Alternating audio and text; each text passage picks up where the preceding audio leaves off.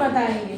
जैसे आपके यहाँ छोटी बच्ची है, आपकी छोटी बहन है या आसपास छोटी बच्चियां हैं, तो आप लोग इतने बड़े तो हो गए, उनको समझा सकते हो कि देखो बेटा, कोई भी है ना आपकी गाल टच करता है या यहाँ टच करता है या किस लेवल पे ये बैड टच है, यहाँ टच करता है तो ये बैड टच है, ठीक है ना, यहाँ अगर कोई टच करता है तो ये बैड टच है।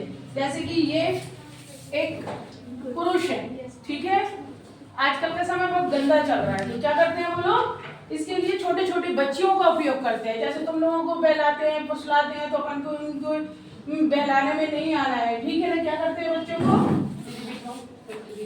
नहीं आपको अपनी गोदी में बिठाना है। देखो ये एक पुरुष है, इस तरीके से जैसे बिठाया हमने गोद में, तो किसी भी छोटी बच्ची को अपन को समझाना है कि किसी भी पुरुष की गोदी में, चाहे वो कोई भी हो, अपना रिश्तेदार हो, पास पड़ोसी हो, कोई भी हो, तो उसकी गोदी में नहीं बैठना है। ये तुम लोग बता सकते हो, तुम समझा सकते हो, ठीक है ना। तो ये क्या करना है अपन को, बैठना नहीं है। जैसे कि इन्होंने दीदी करके बताओ टच, बैड टच क्या होता है, ये बिठाए, ठीक है। अब ये अंदर कैसे हाथ डालो, ये नहीं करना है, बैड टच जोर से बोलना, ये बैड टच है, ठीक है। और ये देखो, ये नहीं तुमने झटकारना, तुमको पता है ना बैड टच और गुड टच क्या होता है, देखो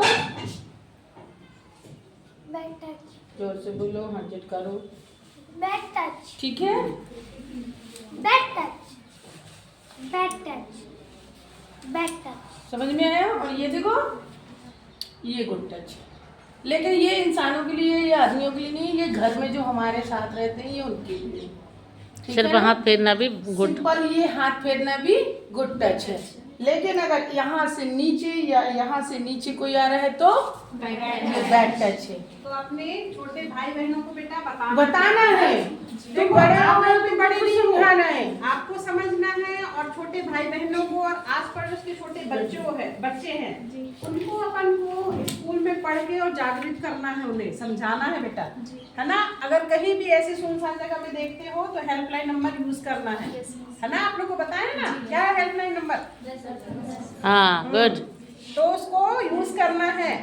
नहीं तो अपने मम्मी पापा को बताना है, अगर कोई गलत कर रहा है, गलत जगह टच कर रहा है स्कूल में कहीं भी, तो सबसे पहले अपने माता पिता को बताना है बेटा, ठीक है। बिल्कुल कोई शर्म की बात नहीं है, शर्म की बात नहीं है, ना डरना है, अपने माता पिता ही अपने हैं, सबसे पहले विश्वास उन्हीं पे करना है।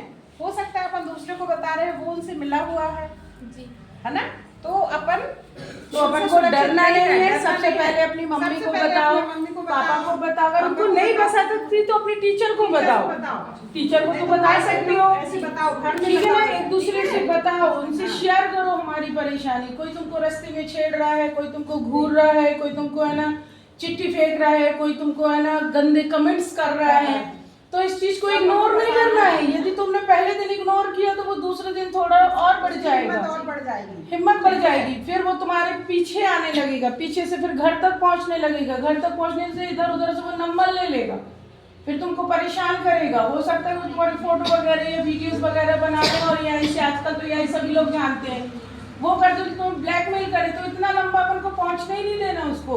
जैसे स्टार्टिंग करता है, कोई तुमको छेड़ रहा है, कुछ बोल रहा है, कमेंट्स कर रहा है, तो तुरंत क्या करना है, अपने मम्मी पापा को बताना। नहीं बता सकते, घबराहट हो रही है, डर लग रहा है, तो अपनी मैम को बताएं, मैम को नहीं बता सकते तो अपनी बड़ी बहन को बताएं, कैसे भी करके अपनी मम्मी तक या पापा तक खबर पहुंचानी है, ठीक है ना। तो इसमें डरने या घबराने की जरूरत नहीं है। कोई बड़ी घटना घटने से अच्छा है कि अपन डांट खा ले मम्मी पापा की। यदि तुम सही हो तो तुम्हारे साथ गलत कभी हो ही नहीं सकता। समझ में आ रहा है ना सबको? किसी के बहकावे में ना आए। आप लोग का दिमाग अभी इतना मैच्योर नहीं हुआ है, किसी के बहकावे में ना आए, क्योंकि जो पुरुष हैं, छोटे भी हो सकते हैं, बड़े भी हो सकते हैं, बूढ़े भी हो सकते हैं, तो आजकल विश्वास के योग्य कोई नहीं रह गए हैं। इसलिए माँ बाप अगर डांटते हैं तो उसको गलत नहीं लेना है कि अरे मम्मी हमें मोबाइल चलाने से मना कर रही, मोबाइल पे बात करने से मना कर रही है, वीडियो देखने से मना कर रही। तो बेटा माँ बाप का तो फर्ज है ना कि वो बच्चों को अपने सही रास्ते में, कभी माँ बाप